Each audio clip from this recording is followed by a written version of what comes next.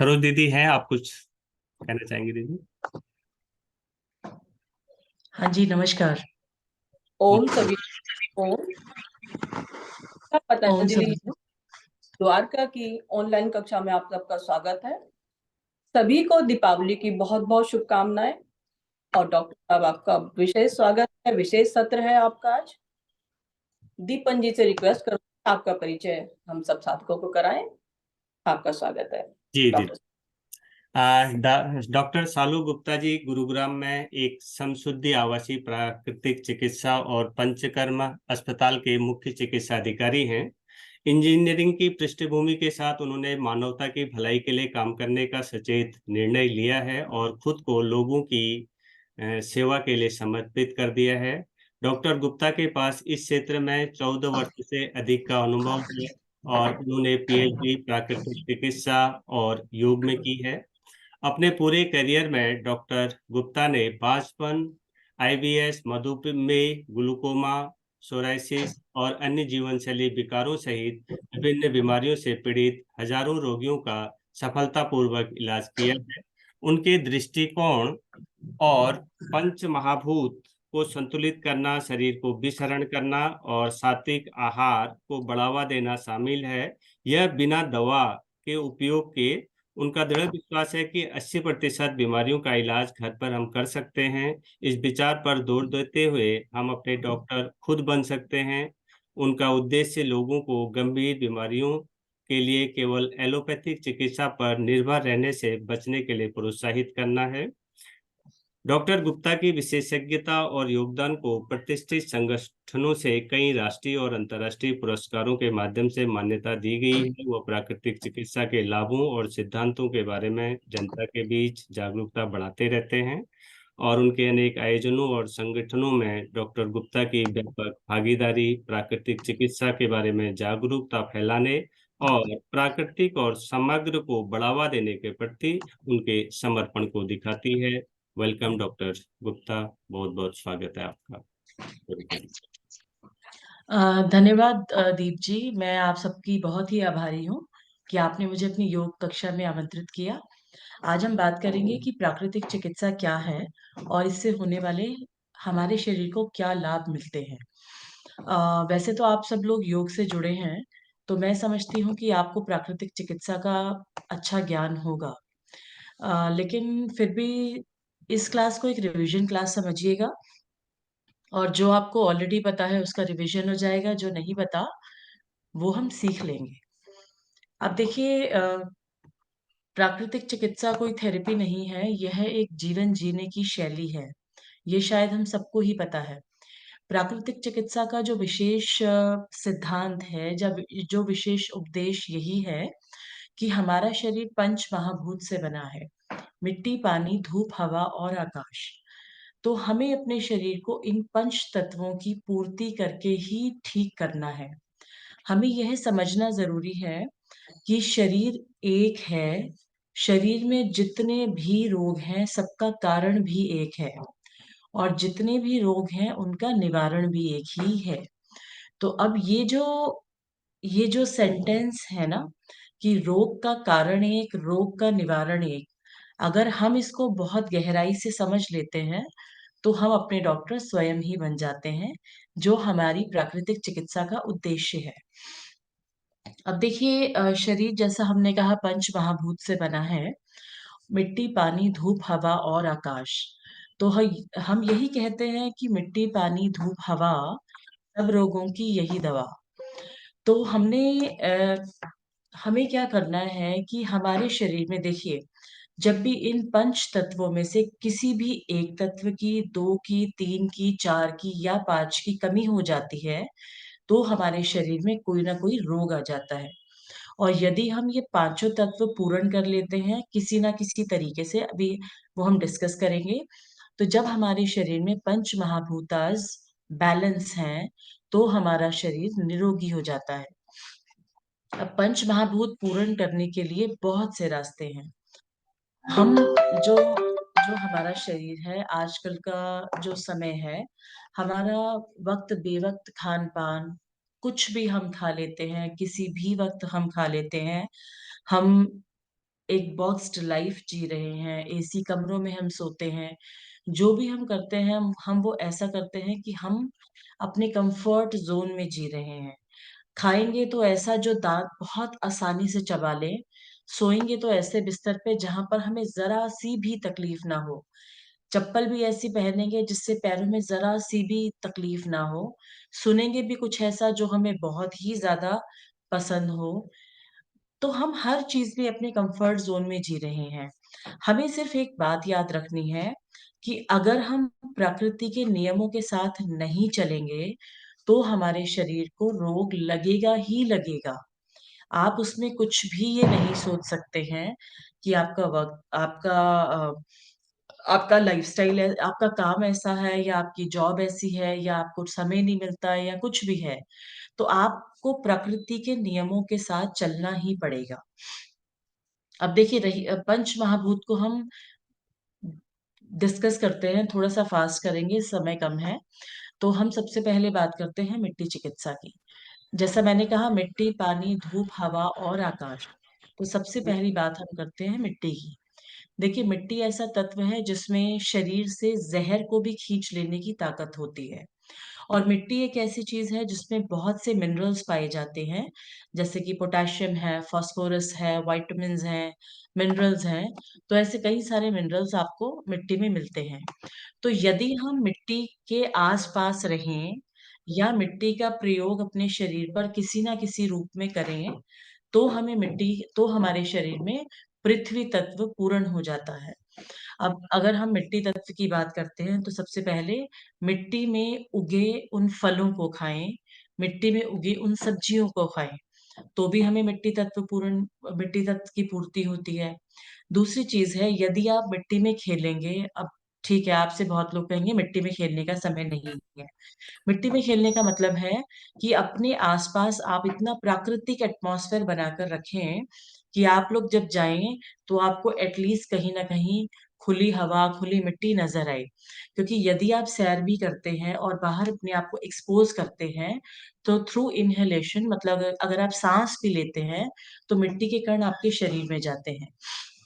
देखिए लॉजिक यही था कि पहले जो बच्चे मिट्टी में खेलते थे, उनको अस्थमा, साइनस की प्रॉब्लम्स बहुत कम होती थी। क्योंकि मिट्टी में बहुत से एलर्जेन्स होते हैं, जो जब आपकी बॉडी में कॉन्टिन्यूअस जाते हैं, तो आपके शरीर बहुत ज़्यादा स्ट्रॉन्ग हो जाता है, आपका इम्यूनिटी सिस्टम बेटर हो जाता है। तीसरी चीज़ है कि मिट्टी चिकित्सा। अब मुझे नहीं पता कि आप में से कितने लोग प्राकृतिक चिकित्सा को जानते हैं या आप में से कितने लोगों ने प्राकृतिक चिकित्सा केंद्रों में जाकर अपने शरीर को डिटॉक्स कराया है। लेकिन जनरली प्राकृतिक चिकित्सा केंद्रों में होता क्या है, मिट्टी का लेप आपके शरीर पर किया जाता है 40 से 45 मिनट। उससे भी आपकी बॉडी थ्रू ऑस्मोसिस मिनरल्स को खींच लेती है। दूसरी चीज़ है मिट्टी में दबाया भी जाता है, जिससे भी आपकी बॉडी के बहुत से विकार दूर होते हैं। मिट्टी की पट्टी भी एक बहुत अच्छा कॉन्सेप्ट है, वो आप घर में भी कर सकते हैं। जिन लोगों को पेट की समस्या हमेशा रहती है, कब्ज़ है, गैस है, पेट फूला रहना, जो भी ऐसी समस्याएँ हैं, उसमें एक मिट्टी की पट्टी बनाकर हम पेट पर रखते हैं, नाभि से नीचे, पेडू पर और एक हम रखते हैं माथे पर, जिससे शरीर की गर्मी खिंचती है और हमारे ऑर्गन्स की वर्क एफिशिएंसी बढ़ती है। जब मिट्टी की पट्टी पेट पर रखी जाती है, तो हमारे शरीर से वो जितने भी हमारे लोअर बॉडी में ऑर्गन्स होते हैं, हमारे शरीर से वो टॉक्सिसिटी को खींच लेती है। अच्छा, अब हम बात करते हैं जल चिकित्सा की। मिट्टी, पानी, धूप, हवा और आकाश। जल चिकित्सा तो बहुत ही प्रचलित है। आप लोगों ने शायद सुना भी होगा हाइड्रोथेरेपी। इसी को हम इंग्लिश में हाइड्रोथेरेपी बोलते हैं। जल चिकित्सा करना बहुत ही आसान है, वो तो आप लोग घरों में भी करते हैं। अच्छा, अब बहुत से ऐसे लोग हैं जो पानी से भी दूर हैं, कि जी हाथ को पानी भी ना लग जाए, हाथ को मिट्टी भी ना लग जाए। आजकल मौसम ऐसा है जी बिल्कुल हम मास्क पहनकर ही घूमें। आप ये समझिए कि अगर आपने अपने आप को बिल्कुल प्रकृति से दूर कर लिया और आप एक बंद कमरे में बैठे हैं, तो क्या आप स्वस्थ रह पाएँगे? आपको ये लगता है कि अगर बाहर फॉग है या बाहर पॉल्यूशन है, तो क्या आप एक बंद कमरे में स्वस्थ रह सकते हैं? हमें ये प्रयास करना पड़ेगा कि हम अपनी बॉडी को इतना स्ट्रॉन्ग कर लें कि हमारी इम्यूनिटी इतनी बेटर हो जाए कि छोटी चीजें जो हमारे जीवन में रोज होती हैं, हमारी प्रकृति में रोज होती हैं, वो हमें अफेक्ट ना करें। जैसे कोई महामारी आ जाती है, या मच्छरों का मौसम आ जाता है, या बारिश का मौसम आ जाता है। हम हर मौसम में ये बहाना नहीं कर सकते कि मौसम बदल रहा है तो हम बीमार हैं, पॉल्यूशन है तो हम बीमार हो गए, मच्छर काट रहे हैं तो हम बीमार हो गए। क्या हम हर चीज में बीमार हो अगर हम हर चीज में बीमार हो रहे हैं, इसका मतलब है हमारी इम्यूनिटी इतनी लो है कि हम लोग किसी भी बाहर प्रकृति में होने वाले चेंज से लड़ ही नहीं पा रहे हैं, और हमारी इम्यूनिटी बहुत ज्यादा वीक हो गई है। अब बात करते हैं जल चिकित्सा की। देखिए, जल चिकित्सा का मतलब क्या है? सबसे पहली बात तो हमारी बॉडी की बात लेते हैं, दूर जाने की जरूरत ही नहीं है। हमारी बॉडी में 70% पानी है, सब मानते हैं इस बात को। जो हमारा ब्लड भी है वो भी लिक्विड है, लिक्विड की फॉर्म में ही बॉडी चलती है। तो number one, intake of water. आपको ये बात हमेशा ध्यान में रखनी है कि 2.5 से 3 लीटर पानी कम से कम आपको रोज पीना ही पीना है। अब ये नहीं चलेगा कि जी हम पानी भूल जाते हैं, पीना भूल जाते हैं। अगर आप पानी पीना भूल जाएंगे तो आप बीमार होंगे ही होंगे। जैसा मैंने कहा, प्रकृति के विपरीत चलेंगे या प्रकृति के नियमों को फॉलो नहीं करेंगे तो बॉडी बहुत जल्दी आपको रिस्पॉन्स देती है। तो मौका ढूंढिए पानी पीने का, बहाना ढूंढिए। जो मेल्स हैं, अगर वो ऑफिसेज में जाते हैं तो वो दे मेक श्योर कि वो शाम तक अपनी टेबल पर ये 1 लीटर की बोतल रखें, और कम से कम 3 बोतल रात तक पिए ही पिए। Number two, fruits and vegetables. ये तो बेस है, फंडामेंटल है। जितने भी फ्रूट्स हैं, जितनी भी वेजिटेबल्स हैं, सब में पानी है। तो आपने फल और सलाद का सेवन जरूर जरूर जरूर करना है। Number three, the major concept is खाने को पिए, पानी को खाएं। शायद ये चीज आप लोगों को पता भी होगी। खाने को पीने का मतलब है कि खाना हमारा इतना पतला हो, तैलीय हो, कि हमें उसको चबाने के लिए बहुत ज्यादा काम ना करना पड़े, और अगर वो हमारे दांतों से ना चबे तो हमारी आंतों को काम ना करना पड़े। हम कहते हैं ना, दांतों का काम आंतें ना करें। तो यही चीज है कि लेकिन जो आप भोजन भी करते हैं, सब्जी बिल्कुल पतली पानी जैसी, और उसमें रोटी डाल के खाइए। दलिया खाते हैं तो पतला, खिचड़ी खाते हैं तो पतली। ठीक है, हमेशा नहीं, लेकिन कम से कम 60% टाइम्स आप ऐसा कीजिए। देखिए, हमारा मानना ये है, जैसे हमारे पास बहुत से पेशेंट्स आते हैं कि जी आपने हमें साधु बना दिया, आपने ऐसे कर दिया, क्या हम खाना छोड़ दें, क्या हम टेस्ट छोड़ दें? बिल्कुल नहीं। आप सब कुछ खाइए, लेकिन दो चीजों का ध्यान रखिए। हमें जीने के लिए नहीं खाना है, खाने के लिए जीना है। तो आपको, सॉरी, खाने के लिए नहीं जीना है, जीने के लिए खाना है। तो आपको ये चीज को हमेशा ध्यान रखना पड़ेगा कि जो भी आपका भोजन है वो इतना स्वस्थ और अच्छा हो कि आप एक अच्छा जीवन हमेशा जी सके। नंबर टू, अगर आप खाना अगर आप बहुत ज्यादा डिसिप्लिन में रहते हैं, बहुत अच्छा और स्वस्थ खाते हैं, तो चीटिंग इज ऑलवेज अलाउड। अगर आपको लगता है कि मैं 5 दिन बड़े डिसिप्लिन में रहता हूँ, तो 2 दिन चीटिंग कीजिए, कोई प्रॉब्लम नहीं है। But you should know the balance, you should know the balance in the diet. अब हम जितने भी तत्वास को हम डिस्कस करेंगे, आप देखेंगे इसमें हमारे आहार का बहुत रोल है। तो पृथ्वी हमने डिस्कस किया, जल हमने डिस्कस किया, मिट्टी, पानी, धूप। अब आती है सूर्य चिकित्सा। अब देखिए, सूर्य चिकित्सा में क्या होता है? सूर्य चिकित्सा तो देखिए, प्रकृति इतनी इतनी ज्यादा अ, दयनीय है कि उसने हमें सूर्य तो दिया ही है, और सूर्य फ्री में आपको मिलती है। आप मौका ढूंढें, अगर आपके पास बैल्कनी है, आपके ऑफिस में आपके घरों में बैल्कनीज हैं, तो आप 30 से 35 मिनट का टाइम रखिए अपने पास। उस समय जिस वक्त बहुत अच्छी धूप आती है, बिल्कुल महीन सा कपड़ा पहनिए, पानी पीजिए, और सिर पर गीला तौलिया रखिए। और उसके बाद आपने धूप में 30 से 35 मिनट बैठना है, जब आपका शरीर बिल्कुल पसीने पसीने हो जाए। सूर्य चिकित्सा जो है अपने आप में ही बहुत ज्यादा बेनिफिशियल है, उससे आपके जितने भी बोन्स हैं वो भी स्ट्रांग होंगी।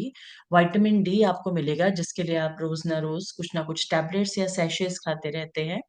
और सन जो है, जब सनलाइट हमारी बॉडी पर पड़ती है तो हमारी बॉडी की इम्यूनिटी बहुत ज्यादा बेटर हो जाती है, हम हर लेवल पर स्ट्रांग हो जाते हैं। उसके बाद है आकाश। आकाश चिकित्सा हम बाद में डिस्कस करेंगे, पहले हम करेंगे वायु। वायु चिकित्सा, वायु भी देखिए प्रकृति में भरपूर रूप से है।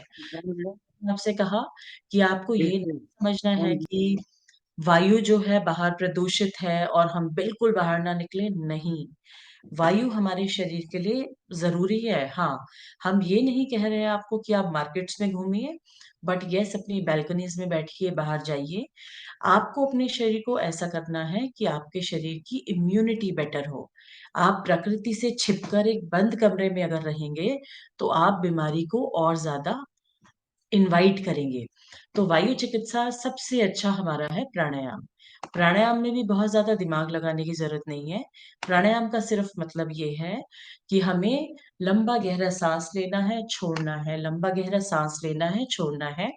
और हमारे ये जो दोनों स्वर हैं, सूर्य स्वर और चंद्र स्वर, ये पूर्ण रूप से काम करें, ताकि आपके शरीर में हीट और ठंडक और ठंड और गर्मी का बैलेंस बना रहे।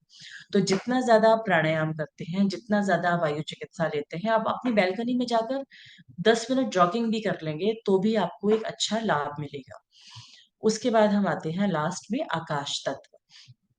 देखिए, आकाश तत्व जो है वो बहुत ही अच्छा रोल हमारे शरीर में प्ले करता है। आकाश का मतलब है खाली स्थान। हमारे शरीर में जहां जहां खाली स्थान है, वहां पे आकाश अपनी जगह ले लेता है। तो आकाश तत्व को पूर्ण करने के लिए सबसे ज्यादा जरूरी है उपवास। उपवास जो है, देखिए हमारी हिंदू माइथोलॉजी में उपवास को वैसे भी बहुत ही महत्व दिया गया है। हाँ, बहुत सी महिलाएं हमारे पास आती हैं जो कहती हैं जी हमने तो उपवास बिल्कुल छोड़ दिया है, हमसे नहीं होता। बिल्कुल समझते हैं, क्योंकि देखिए जब उपवास, जो आजकल उपवास का मतलब है ना, वो बिल्कुल ही चेंज हो गया है। सेकेंडली, हमारी हिंदू माइथोलॉजी में उपवास को बड़े बुजुर्गों ने किसी ना किसी धर्म से जोड़ दिया, किसी ना किसी फैक्ट से जोड़ दिया, ताकि लोग डर के मारे ही सही पर व्रत रखें। तो हमें ये समझना है कि उपवास का कॉन्सेप्ट क्या है। देखिए, उपवास का मतलब भूखे रहकर अपने आप को स्टार्व करना नहीं है। और वो जो ऊपर बैठा है ना, परम पिता परमेश्वर, वो नहीं चाहता उसके बच्चे भूखे रहकर अपने आप को स्टार्व करके उसको याद करें। आप समझिए उपवास का मतलब क्या है। उपवास का मतलब है, देखिए वो जनरली हम कहते हैं उपजमा वास, मतलब प्रभु के पास वास। हम, आप एक नॉर्मली बात सोचिए कि जब हमें खाने को भी नहीं मिलता ना, तो हम कहते हैं हे भगवान। जनरली होता है ना, क्योंकि भोजन जो है वो हमारी बड़ी ही प्रिय चीज है, जिससे जो जो अगर हमें नहीं मिले तो हमें लगता है हम गए। तो हमने क्या करना है, जो हमारी सबसे प्रिय चीज है उससे कुछ देर के लिए दूरी बना लेनी है। दूरी बना लेने का मतलब है कि हमें अपने मन पर इतना नियंत्रण रखना है कि यदि हमें भोजन कुछ समय तक ना मिले, तो हम इस बात को एटलीस्ट एक्सेप्ट कर पाए कि कोई बात नहीं, कि अगर हमें कुछ समय तक भोजन से दूर रहना पड़ता है तो हमारा शरीर शोधन होता है। देखिए, इसके दो कॉन्सेप्ट्स हैं। पहला ये है कि जो हमारा डाइजेस्टिव सिस्टम है, आप देखिए 2 मिनट में समझाती हूँ सबको। हालांकि आपको पता भी होगा कि हमने भोजन खाया, दांतों से चबाया, चबाने के बाद वो इतना तैलीय हो गया कि वो ईसोफिगस के थ्रू हमारे स्टमक में गया। वो स्टमक में जाएगा तो स्टमक में कुछ एसिड्स प्रोड्यूस होंगे, कुछ एसिड्स हमारे स्टमक में होते हैं। वहां पर वो पार्शियली डाइजेस्ट हुआ। उसके बाद वो स्मॉल इंटेस्टाइन में गया, लिवर ने बाइल जूस प्रोड्यूस किया, वहां पर उसका रिएक्शन फिर से हुआ, वो फिर पार्शियली डाइजेस्ट हुआ, फिर वो लार्ज इंटेस्टाइन में गया, फिर वो वहां फिर से डाइजेस्ट हुआ, और फिर वो जो अनडाइजेस्टेड फूड है वो हमारे स्टूल के जरिए बाहर आ गया। तो अब आप देखिए, जब आपने खाना खाया, तो हमारे, मैंने आपको ये इसलिए बताया कि जब आप खाना खाते हैं तो हमारे शरीर के जितने भी ऑर्गन्स हैं सब काम पे लग जाते हैं। ठीक है? तो आपने कुछ भी खाया, शरीर के ऑर्गन्स काम पे लग गए। अब सोचिए, आपने पहले सुबह नाश्ता कर लिया, ऑर्गन्स अपना काम करना शुरू हो गए। उसके बाद आप किचन में गए, आपने फिर 2 काजू खा लिए, फिर ऑर्गन्स को वही सब काम करना पड़ा। फिर आप थोड़ी देर कहीं गए, आपने आपका बच्चा खाना खा रहा, उसने 1 बाइट दी, आपने वो खा ली। फिर आपके ऑर्गन्स को उतना ही काम करना पड़ा। फिर इतने में देखा जी घड़ी हो गई जी, लंच टाइम हो गया या फ्रूट खाने का टाइम हो गया, फिर फ्रूट खा लिया। फिर आपके ऑर्गन्स को उतना ही काम करना पड़ा। ऐसा नहीं है कि आपने सुबह नाश्ता किया और आपका पेट ये इंतजार कर रहा है कि जब ये दूसरी बार खाएंगे तो मैं इकट्ठे ही बचा लूंगा। नहीं, हमारी बॉडी का काम क्या है, जो आप खाओगे तुरंत वो प्रोसेस होता रहता है। अब आप अपनी इसको ऐसे लेके देखिए कि अगर आपके घर में वॉशिंग मशीन भी है, वो सारा दिन चलती रहेगी, चलती रहेगी, चलती रहेगी, तो उसका क्या हाल होगा और वो कितने दिन चलेगी। तो जब हम बार बार खाते रहते हैं, तो हमारी इंटरनल मशीनरी चलती रहती है, चलती रहती है। हालांकि उसने, उस परमपिता परमेश्वर ने हमारा शरीर इतना अद्भुत बनाया है कि 40 साल तक तो आवाज ये नहीं आ रही काम मैडम, नहीं आवाज करता है, नहीं ये कॉन्टिन्यूअसली चलता ही रहता है। लेकिन उसके बाद आपको नजर आने लगती है अपने शरीर में बीमारियां। तो हमें क्या करना है, उपवास का मतलब भी क्या है, अगर आपने एक वक्त कुछ खाया, तो आप कम से कम ये समझें कि जो मैंने खाया है उसको पचने में ही अगर वो गरिष्ठ भोजन है, तो 3 से 4 घंटे उसको पचने में लगेंगे। तो कम से कम मैं 3 से 4 घंटे तो कुछ ना खाऊं। ठीक है। अब कुछ लोग ऐसे आते हैं जो जी डॉक्टर ने कहा है हर 2 घंटे बाद खाना है, अब तो डायबिटिक है। देखिए, डायबिटिक का मतलब ये नहीं है कि आपको लिबर्टी मिल गई, आप खाए जाओ सारा दिन। डॉक्टर्स जो हैं, देखिए वो आपको देते हैं एलोपैथी मेडिसिन, उनका तो लॉजिक ही अलग है। उनका कहने का मतलब होता है कि बहुत हेवी मेडिसिन आप खा रहे हैं, और उनका लॉजिक क्या है, तुम दवा खाओ और सब खाओ। ठीक है ना? आपने देखा है ना कि ऐसे ऐसे पेशेंट्स होते हैं जो 20 साल 25 साल से कहते हैं हम डायबिटीज के पेशेंट हैं। अगर प्राकृतिक चिकित्सा में कोई पेशेंट 1 महीने भी कह रहा है मैं डायबिटीज का पेशेंट हूँ, तो हमें लगता है कि हम में कुछ कमी है कि हमारा पेशेंट 1 महीने से ठीक नहीं हुआ। लेकिन एलोपैथी मेडिसिन वालों के लिए 20-25 साल से अगर आप डायबिटिक के पेशेंट हो तो ओके हो, कोई प्रॉब्लम नहीं है, ठीक है, दुनिया डायबिटीज है। उनका कॉन्सेप्ट अलग है। तो हमें ये ध्यान रखना है कि अगर हमने एक बार खाया, तो कम से कम 2 से ढाई घंटे, 3 घंटे, अगर आपने रोटी सब्जी दही सलाद चावल प्रॉपर खाना खाया है, तो कम से कम 3 घंटे आप कुछ भी नहीं खाएंगे। बहुत ज्यादा आपका मन है तो पानी तो पिएंगे ही, खैर नींबू पानी पी सकते हैं। उसके बाद भी बहुत ज्यादा मन है, आपसे नहीं रहा जा रहा है, तो आप 2 से ढाई घंटे के बाद कोई फल खा सकते हैं। लेकिन कोशिश कीजिए, समझिए कि अगर आपने फल खाया, तो कम से कम 1.5 घंटा वो फल को शरीर पचाने में लगाता है। तो उसको अपना पहले एक काम कर लेने दीजिए, तब दूसरा काम कीजिए। तो उपवास का कॉन्सेप्ट यही था कि रोजमर्रा की जिंदगी में हम भोजन पर बिल्कुल भी ध्यान नहीं देते। खाए जाओ, खाए जाओ, खाए जाओ, कौन देख रहा है। आजकल तो कॉन्सेप्ट ही है, रात के 2 बजे भूख लगी जी, चलो मुरथल पराठे खाने। आपको क्या लग रहा है, देख नहीं रहा कोई? सब कुछ नोट होता है। जब हम योगा भी करते हैं, आप पढ़ते हैं ना, अगर आपने 3 बजे कुछ खाया, रात के 2 बजे कुछ खाया, 12 बजे खाया, आप प्रकृति के विपरीत चलेंगे, तो body will show the results.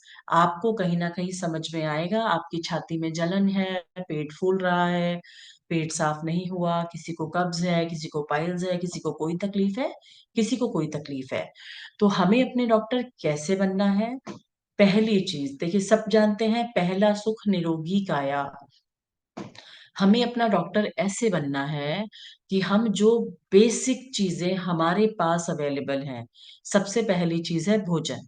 अब देखिए, आज दिवाली है, तो कितने लोगों ने सोचा कि हमारा ये अधिकार है कि हम दिवाली पे डब्बे के डब्बे मिठाई खा जाए। आपने ये याद रखना है कि अगर आपको अपनी दिवाली को हेल्दी और हैप्पी बनाना है, तो खाइए, स्वाद अनुसार खाइए, लेकिन बहुत कम खाइए। अच्छा, आप में से कितने लोगों का प्लान है कि आज आप एक बाउल भर के फल जरूर खाएंगे, एक बाउल भर के सलाद जरूर खाएंगे, या वो आज नजर ही नहीं आ रही, आज तो कचौड़ी पूड़ी पकौड़े राजमा छोले और गेस्ट नजर आ रहे हैं। आपने ये देखना है कि अगर आप किसी के घर दिवाली देने जा रहे हैं तो अपने घर से फल खाकर जाइए, क्योंकि जो बेसिक फंडामेंटल हमारे आहार का है वो ये है कि हमारे आहार में 80% कच्चा आहार होना चाहिए और 20% पक्वाहार होना चाहिए। लेकिन हमारी प्लेट उल्टी है। हम तो सारा दिन पका पका पका खाते हैं और सलाद के नाम पर हम 2-4 पीस खीरा मूली ऐसे खा लेते हैं, है ना? तो हमें ये ध्यान रखना है कि 80-20 तो मैं नहीं कहती, क्योंकि ये आइडल सिचुएशन है और हम आइडल जीवन नहीं जी रहे हैं।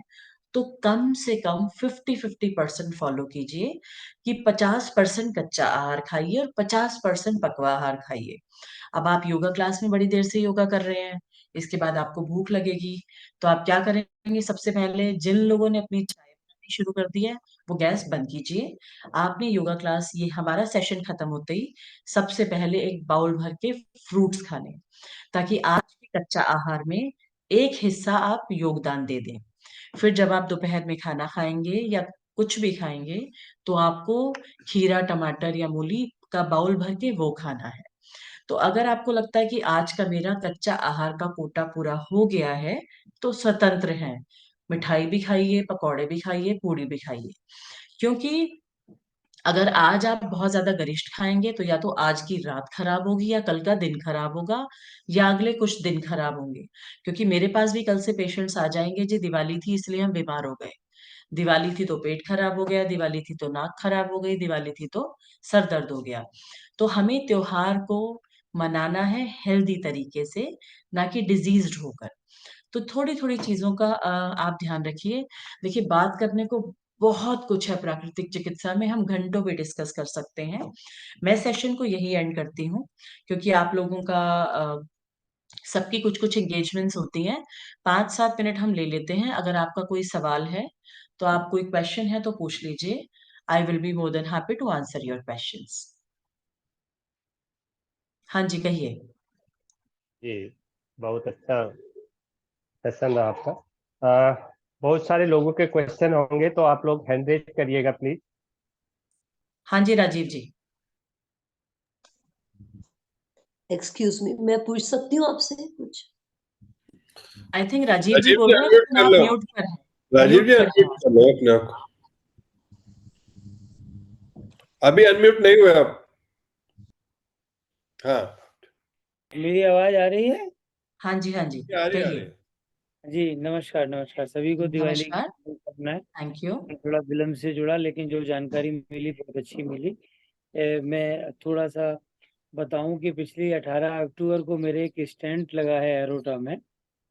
हम्म। तो उसके बाद उन्हीं का ट्रीटमेंट चल रहा है एलोपैथी का। तो उसके बाद क्या हुआ है कि पिछले जब से हुआ है तब से ही मेरे जो सिम्टम्स पहले हार्ट अटैक से पहले थे, जो कि चेस्ट बर्निंग थी, पूरी पूरी हम्म। चेस्ट बर्निंग जैसी। इसके बाद क्या हुआ है कि जो भी मैं दवाई ले रहा हूँ या जो भी खाने में ले रहा हूँ, उसके बाद बहुत ज़्यादा नहीं लेकिन कम मात्रा में वही बर्निंग सेंसेशन जैसा ही रहता है। तो उसके लिए वो हम्म। म्यूको जेल वगैरह वो देते हैं। अभी मैं हम्म। दोबारा फिर एडमिट हुआ तो डॉक्टर्स ने फिर वो गर्ड बताया है कि आपके जी रिफ्लेक्सिव ज़्यादा हो रहे हैं। तो मैं हम्म। चाहता हूँ कि अब उसकी और फिर दवाई ना लीजिए, प्राकृतिक हम्म। रूप से उसको मैं ट्रीट करूँ। तो उसके लिए आप थोड़ा मुझे समाधान बताएं कि अब मैं अपनी खान-पान और लाइफ़स्टाइल में क्या परिवर्तन करूँ? धन्यवाद। देखिए राजीव जी, जनरली जो हार्ट प्रॉब्लम्स होती है ना, बहुत कॉमन है कि एसिडिटी को हार्ट अटैक समझ लिया जाता है। और बहुत से लोग तो अपनी बाईपास भी करा लेते हैं इसलिए। बहुत से लोग हमने देखा है जिनको स्टंट डल जाते हैं। प्रॉब्लम हार्ट की नहीं होती है, प्रॉब्लम होती है गर्ड की। तो जनरली देखो, वैसे तो ये बहुत लंबा आंसर है इसका। मैं आप सभी को सलाह दूंगी कि आप लोग देखिए, जैसे अपनी गाड़ी की सर्विस कराते हैं ना, ऐसे अपने शरीर की सर्विस कराइए। प्राकृतिक चिकित्सा केंद्रों में जाइए। हमारा प्राकृतिक चिकित्सा सेंटर भी न्यू पालम विहार में है, फेज 2 में। आप कुछ दिन अपना शरीर शोधन कराइए, जिसमें हम आपको मिट्टी चिकित्सा, जल चिकित्सा, ऐसी कुछ थेरेपीज देते हैं। जिससे क्या होता है, जैसे आपने कहा ना गर्ड की प्रॉब्लम है, अब गर्ड की प्रॉब्लम छोटी नहीं होती। ये बहुत सालों तक जब हमारे शरीर में पित्त बनता जाता है, भिनता जाता है, उससे हमारे शरीर में गर्ड डेवलप होता है। तो जब आप प्राकृतिक चिकित्सा करवाते हैं तो आपके ऑर्गन्स हम अंदर से भी धुलाई करते हैं। जैसे हमने कुंजल कराना है, मिट्टी की पट्टी देनी है आपको, अनीमा देना है, क्योंकि शरीर अंदर से साफ होना चाहिए, प्लस एक गुड डाइट। अभी तो देखिए समय बहुत कम है, मैं आपको सिर्फ थोड़ा सा इतना बता दूं कि आपको GERD की समस्या को सॉल्व करने के लिए ज्यादा से ज्यादा फलाहार करिए और और रसाहार करिए। मतलब अगर आप 1-2 दिन भी 3 दिन भी फलों पे रहें पूरा पूरा दिन, या जूसेस पे रहें, ठंडी प्रकार के जूसेस। और अगर बहुत ज्यादा हार्ट बर्न हो रहा है तो गोंद कतीरा आप खा सकते हैं, अगर आपने सुना है। गोंद कतीरा एक ड्राई फ्रूट है जिसको भिगोते हैं, वो फूल जाता है एक जेल की तरह, फिर उसे किसी ड्रिंक में डालकर पीते हैं। तो कुछ दिन आप नारियल पानी, फल, सलाद पर ही रहिए, आपको अपनी बॉडी में बड़ा अच्छा चेंज आएगा। हाँ, जो लोग ये कहते हैं जी खाना बिल्कुल बंद कर दोगे, तो बंद करना पड़ेगा, क्योंकि आपने पिछले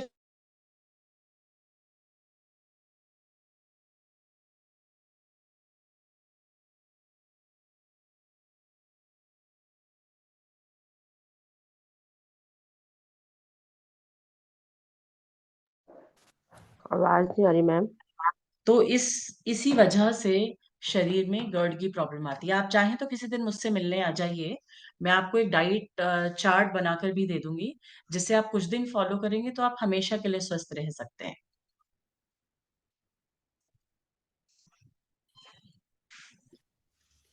हाँ जी। जी राजीव जी खड़गपुर से हैं, तो इसलिए व्यक्तिगत रूप से तो आना संभव नहीं ओ, होगा, लेकिन तो आप आप मुझे संपर्क पर्सनली करिए। फोन पे हाँ बात कर सकते हैं हाँ। हम, जी तो मैं जी आपको तब बता दूंगी। ठीक जी। है। अलका जी, आप कुछ पूछ रही थी? मैं ये पूछना चाहती थी कि एनीमा, क्या एनीमा बेनिफिशियल हो सकता है? मतलब क्लीनिंग के लिए मैं पूछ रही थी, देखिए, ताकि हम खाते हैं। हाँ देखिए, जो प्राकृतिक चिकित्सा में हम अनीमा देते हैं वो 40 दिन तक लेना भी बिल्कुल सेफ है। जिन लोगों को बहुत पुरानी समस्याएं हैं पेट से संबंधित, या जिन लोगों को कोलोन में अल्सर्स हैं, कैंसर है, या फिशर है, फिस्टुला है, अनीमा बहुत ही ज्यादा लाभदायक होता है और सेफेस्ट तरीका है अपनी आंतों को क्लीन करने का। Thank you, thank you.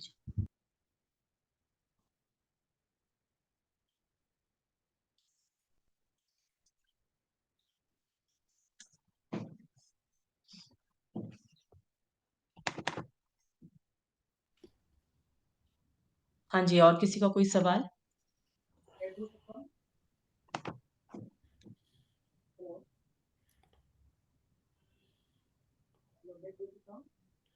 Ramakrishna जी, आपकी आवाज नहीं आ रही है, कम आ रही है, अभी भी कम है।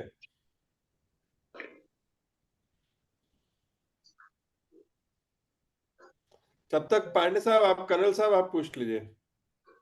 जी डॉक्टर साहब, बहुत बढ़िया आपने बताया और आपने क्लिनिक का भी जगह बता दिया है। But drinking water at night जो आपने बोला था, वो कुछ बात हमको समझ में नहीं आई, उसके बारे में जरा दोबारा बता देंगी? Drinking water at night? कुछ बता रही थी कि इतने बोतल पानी रखिए। हाँ, मैंने ये कहा था कि आप दिन में 2 से 2.5 से 3 लीटर पानी पीजिए, और जो लोग ऑफिसेज में भी काम करते हैं वो पानी की बोतल अपने टेबल पर रखिए, ताकि आप सारा दिन भर में कैलकुलेट कर पाएं कि हमने 3 लीटर तक पानी पी लिया है। रात में तो पानी पीना बहुत रिकमेंडेड नहीं होता है, कि आप रात को 8 साढ़े 8 बजे के बाद पानी, या 9 बजे के बाद पानी पीजिए। उससे पहले पहले ही दिन में पीजिए पानी। Thank you very much, I got it differently. Thank you very much doctor साहब। Yes, madam. Yes, yes. Now you're audible.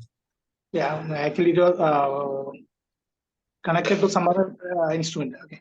Okay. मैं ये पूछना चाहता हूँ, जैसे पंचकर्मा हम लोग 2 हफ्ते 3 हफ्ते मिनिमम पीरियड करने हैं, उसी प्रकार नेचुरोपैथी का कोर्स भी ऐसे मिनिमम इतना दिन के लिए करना है, या पर्सन टू पर्सन डिपेंड करते हैं? It absolutely depends from person to person.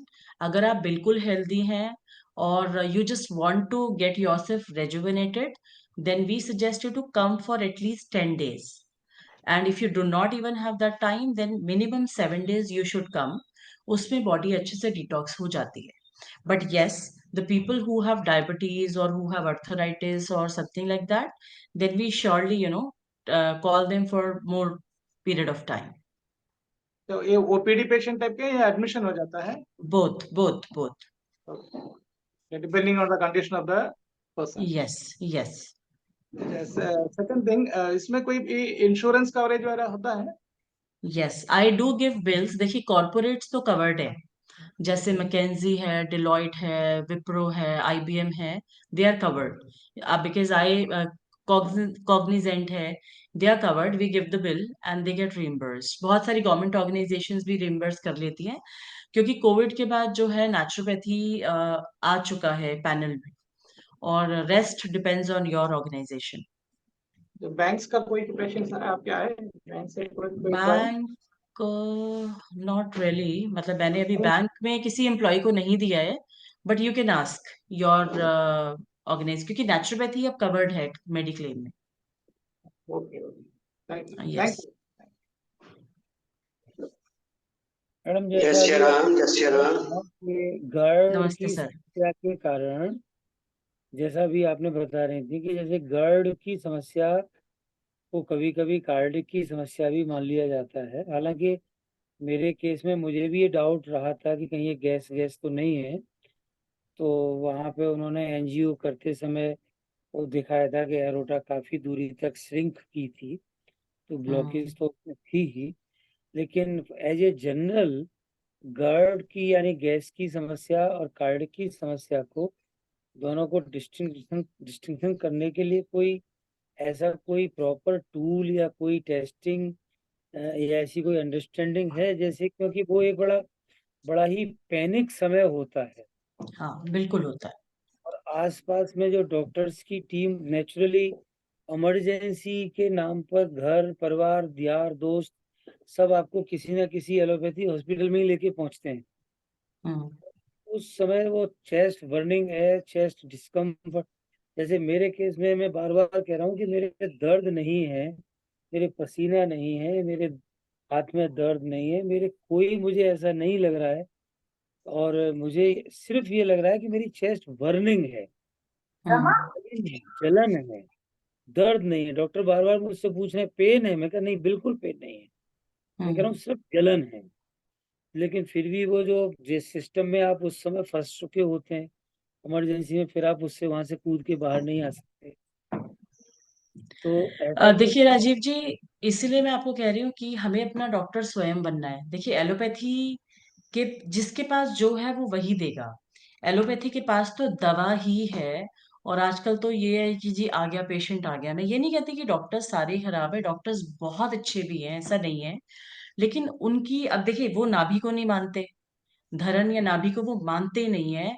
बहुत से लोग हमारे पास आते हैं जिनका हर्निया ऑपरेट हो जाता है, फिर वो आते हैं, मतलब कि हर्निया हो गया आपको. तो बहुत सी चीजें हैं. हमें देखिए एलोपैथी मेडिसिन इसीलिए बनी कि पहले हमें फर्स्ट लेवल डायग्नोज अपने घर में करना है. अब जैसे आप कह रहे हैं कि इनमें टूल क्या है, नेचुरोपैथी तो कोई डायग्नोसिस चाहिए ही नहीं नेचुरोपैथी में. अभी विजय आनंद सर हैं, देखिए ये पिछले 50-60 सालों से कैंप्स लगा रहे हैं. लोग इंसान को देखकर, जीभ देखकर, हाथ देखकर हम लोग पहचान लेते हैं कि पेशेंट को क्या बीमारी है. तो हमें सबसे पहले इतनी समझ होनी चाहिए कि हम सेल्फ डायग्नोसिस सीख लें कि अब जैसे गर्ड की प्रॉब्लम में भी हम लोग वायु मुद्रा करते हैं, गैस भी रिलीज होती है, हमें पता है चेस्ट बर्निंग है, तो हम बेसिक चीजें घर में करें. क्योंकि जो आपका केस है, ऐसे बहुत बहुत केसेस मैंने देखे हैं जिनको एसिडिटी होती है सिवियर और मुंह से हार्ट अटैक मान लिया जाता है. तो एज सच कोई टूल नहीं है, ये सेल्फ डायग्नोसिस ही मैं कह सकती हूँ. और बाकी देखिए सबको पता है जो चीज लिखित है और बननी होती है वो हो जाती है. जी मिसेस मोदी, आप पूछना चाहते हैं, पूछ लीजिए. हेलो. हाँ जी. नमस्ते मैम. नमस्कार. मैम बहुत अच्छा बताया आपने प्राकृतिक चिकित्सा का. मैम आपने बताया था कि 8-9 बजे के बाद पानी नहीं पिए तो चलता है रात को, है ना. लेकिन इतना एसिड बनता है या पित्त बनता है कि मतलब भयंकर जलन होती है यहाँ पे। तो पानी जैसे उठ के रात को उठ के 4-5 बार पीना पड़ता है। मतलब जनरली देखिए मेडिकली ये रॉन्ग प्रैक्टिस है। अगर आपको पित्त बनता है इसका मतलब आपका आहार अच्छा नहीं है। तभी कहा जाता था कि भोजन को 6:30 पौने 7 बजे तक खा लीजिए, ताकि जब आप सोएं उससे पहले भोजन पच जाए।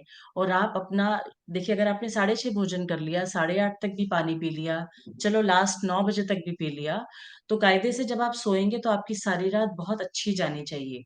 लेकिन अगर आपको रात को पित्त बनता है तो मतलब आपका आहार अच्छा नहीं है, या आप लोग बहुत लेट नाइट भोजन करते हैं जिससे आपको एसिड फॉर्मेशन होती है। तो वहां पे चेंज लाने की जरूरत है, क्योंकि जैसे मैंने आपको कहा ना, प्रकृति के नियम नहीं बदलते हैं कभी भी, हमें बदलना पड़ेगा। हमने अपना लाइफस्टाइल इतना ज्यादा चेंज कर लिया है कि हम लोग ऑलरेडी बहुत सारी चीजें प्रकृति के विपरीत ही कर रहे हैं। तो that we have to change. जी एसिड बनता आज है तो दिन में सुनिए, आज दीपावली है और सभी लोग व्यस्त हैं समेत डॉक्टर साहब के। तो इसको अब हम कंक्लूड करें इस सेशन को। शायद सीमा जी का एक उन्होंने चैट बॉक्स में लिखा है कि who should not drink water, out of water. Doctor साहब ने कहा, डॉक्टर साहब उनका उत्तर दे दें और एक डॉक्टर विजय आनंद कुछ कहें तो उसके बाद हम इसको समाप्त करते हैं। जय श्री राम, जय श्री राम, जय श्री राम। एक सेकंड विजय जी उनका उत्तर दे रहे हैं, है ना, जो सीमा जी ने कहा। सीमा जी, ये सवाल मुझे आपका समझ नहीं आया। Who should not drink lot of water? Ma'am मैं ये पूछना चाह रही हूँ कि ऐसे कौन सी अवस्थाएं हैं जिसमें पानी ज्यादा नहीं पीना चाहिए। जैसे आपने सजेशन दिया है कि काफी सारा पानी पीना चाहिए, बट मैंने सुना है और ये फील भी किया है कि जिनको वाटर रिटेंशन की प्रॉब्लम है या कुछ और ऐसे पर्टिकुलर प्रॉब्लम्स में पानी को बहुत कम कम सजेस्ट नहीं, किया जाता है। देखो जी देखो, पानी जी पीना उन लोगों को ज्यादा नहीं चाहिए जिनका क्रेटिनाइन बहुत हाई है, मतलब जिनको किडनी में स्पेशली क्रेटिनाइन बढ़ा हुआ है। लेकिन अगर वाटर रिटेंशन की प्रॉब्लम है तो पानी ज्यादा ना पीने का मतलब है कि आप कुछ टाइम तक उस प्रॉब्लम को ना बढ़ाएं। पानी नहीं पीना चाहिए ऐसा कोई लॉजिक नहीं है, पानी तो पीना चाहिए, लेकिन वाटर रिटेंशन दूसरे तरीके से रिमूव कीजिए। वाटर रिटेंशन जिसको बहुत ज्यादा है, उसको सिर्फ इसीलिए कहते हैं पानी ज्यादा मत पियो, क्योंकि पानी निकलने का रास्ता तो बन नहीं रहा है। तो हम कहेंगे कुछ समय के लिए पानी मत पियो, मतलब कुछ घंटों के लिए, कि let it come out first. पर ऐसा नहीं है कि आपको पानी कोई ऐसी चीज है जिसमें पानी नहीं पीना चाहिए। एक्सेप्ट क्रेटिनाइन जिन लोगों का हाई है उनको पानी कम पीना चाहिए, क्योंकि किडनी इतना मतलब लोड नहीं ये कह लेती। सकते हैं लीवर, हाँ, अगर किसी का लीवर में स्वेलिंग या कुछ प्रॉब्लम है उनको, उनके लिए क्या सजेस्ट करेंगे? नहीं, ऐसा नहीं है। पानी तो औषधि है अपने आप में। पानी तो एक अपने आप में ही एक मेडिसिन है। पानी तो सबको पीना ही चाहिए। Yes, you have to see the condition. अगर आप उन लोगों की बात कर रहे हैं जिनके पेट में पानी भर जाता है लिवर डैमेज के बाद, तो वो तो अलग सिचुएशन है, क्योंकि that is the final stage of liver damage. वो अलग सिचुएशन है। ओके जी ma'am, thank you so much. Doctor Vijay ji आप बोलिए। जय श्री राम। शालू बिटिया का धन्यवाद जिन्होंने मेरे अनुरोध पर दोबारा कार्यक्रम में आई। और मैं एक बात आपको बताना चाहूंगा कि आप सब नेचुरोपैथी पर आइए। नेचुरोपैथी से बढ़िया कोई पैथी नहीं है। मैं जब दिल्ली छोड़कर गुड़गांव आया तो मुझे भी हार्ट प्रॉब्लम हो गई और मुझे डॉक्टर ने बताया कि आपकी 2 ब्लॉक हैं, 70% 90%, भर्ती हो जाओ, 1.5 लाख रुपया लगेगा। मैंने कहा मुझे भर्ती नहीं होना, मुझे अपने को नेचुरोपैथी से ठीक करना है। आज 1.5 साल हो गए, मैं कोई दवाई नहीं लेता। मैंने 1994 में दवाई खानी छोड़ी थी, आज तक कोई दवाई नहीं लेता और बिना दवाइयों के ही अपने आप को स्वस्थ किया है, नेचुरोपैथी से ही। तो आप में भी से नेचुरोपैथी के डॉक्टर बनिए। हमारा ऑनलाइन क्लास चलती है और ऑनलाइन क्लास में आप हमारे साथ जुड़ सकते हैं। घर बैठे बैठे आपको डॉक्टर बना देंगे नेचुरोपैथी का। हमने हजारों डॉक्टर नेचुरोपैथी के बनाए हैं। 29 साल हो गए हमारी संस्था को चलते हुए। 2004 में शुरू हुई थी, 19 साल हो गए। तो आपको जिसको भी जुड़ना है जुड़ सकते हैं। नंबर मेरा नोट कर लीजिए, 9810082834, 98-100-82-83-4। आपको घर बैठे बैठे डॉक्टर बना देंगे और डॉक्टरों का एलोपैथी का सारा खर्चा बचाइए। मैंने 1994 में दवाई खानी छोड़ी थी, आज तक कितना पैसा मैंने बचाया होगा आप समझ लीजिए। तो आप सब नेचुरोपैथी पर आइए। और शालू बिटिया का पुनः धन्यवाद। जय श्री राम, नमस्कार। जी नमस्कार बहुत सर। बहुत धन्यवाद विजय जी। नंबर दोबारा आपकी नहीं बहुत शुक्रिया डॉक्टर शालू जी का, जो आपके कारण से जुड़े भी हैं। पर बड़ी विनम्रता के साथ मैं कहना चाहूंगा कि अगर मेडिकल एडवाइस कुछ ऐसा हो तो आप लोग उसका भी ध्यान रखें, क्योंकि बिल्कुल बिल्कुल ये बिल्कुल। लोगों की जान और जोखिम का मामला होता है। तो हम किसी को, क्योंकि कोई भी उसकी व्याख्या अपनी तरह से कर लेता है कि उन्होंने कहा था, वो अपनी कंडीशन नहीं देखता। नहीं मान नहीं लीजिए बिल्कुल। आपने कहा, तो इसलिए मैं ये चाहूंगा कि हम मेडिकल एडवाइस को भी मानते हुए, इस कार्यक्रम बिल्कुल में एलोपैथी डॉक्टर भी आते हैं और नेचुरोपैथी के भी और आयुर्वेदिक भी। तो ये कृपया सभी लोग ध्यान रखें। आज का जो समय है, मैं विशेष रूप से आज हम लोग, बड़ी अच्छी बात है कि आज दिवाली वाले दिन जब सबके स्वास्थ्य की, सबकी प्रसन्नता की, सबके सुख की कामना करते हैं, तो हम सब लोग यहाँ पर जो प्रसन्नता का सबसे बड़ा और सुख का सबसे बड़ा आधार है स्वास्थ्य, उसकी बात कर रहे हैं। तो आप आज दीपावली का, इसको हम ये माने कि एक मिलन का ही कार्यक्रम है। आज सब लोग इतनी संख्या में आ गए, तो बहुत बड़ी उपलब्धि है।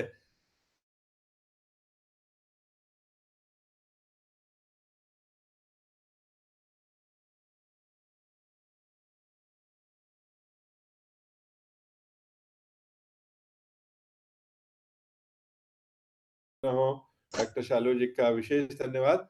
और मैं दीप जी को अनुरोध करूंगा कि वो एक औपचारिक धन्यवाद। थैंक यू सर, बहुत बहुत धन्यवाद। डॉक्टर शालू गुप्ता जी ने काफी अच्छी जानकारी दी। आप सभी ने अच्छे से सुना। प्राकृतिक मेरे चिकित्सा ख्याल से वास्तव दीप जी, कुछ लोग ताली बजा रहे हैं। एक बार सबको हम अनुमति दें, स्वागत कर रहे हैं। अनम्यूट करके ताली बजाकर हम लोग शालू जी का धन्यवाद दें। जी जी बहुत बहुत शुक्रिया। ताली के साथ हम लोग सब ये संकल्प लेते हैं कि हम नेचुरोपैथी से जुड़ेंगे और अपना उपचार और अपने स्वास्थ्य का लाभ निरंतर रूप से इन पंचतत्वों की सहायता से लेंगे। बहुत बहुत धन्यवाद।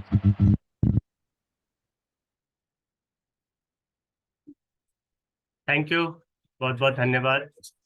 डॉक्टर ने काफी अच्छी जानकारी दी शालू जी ने।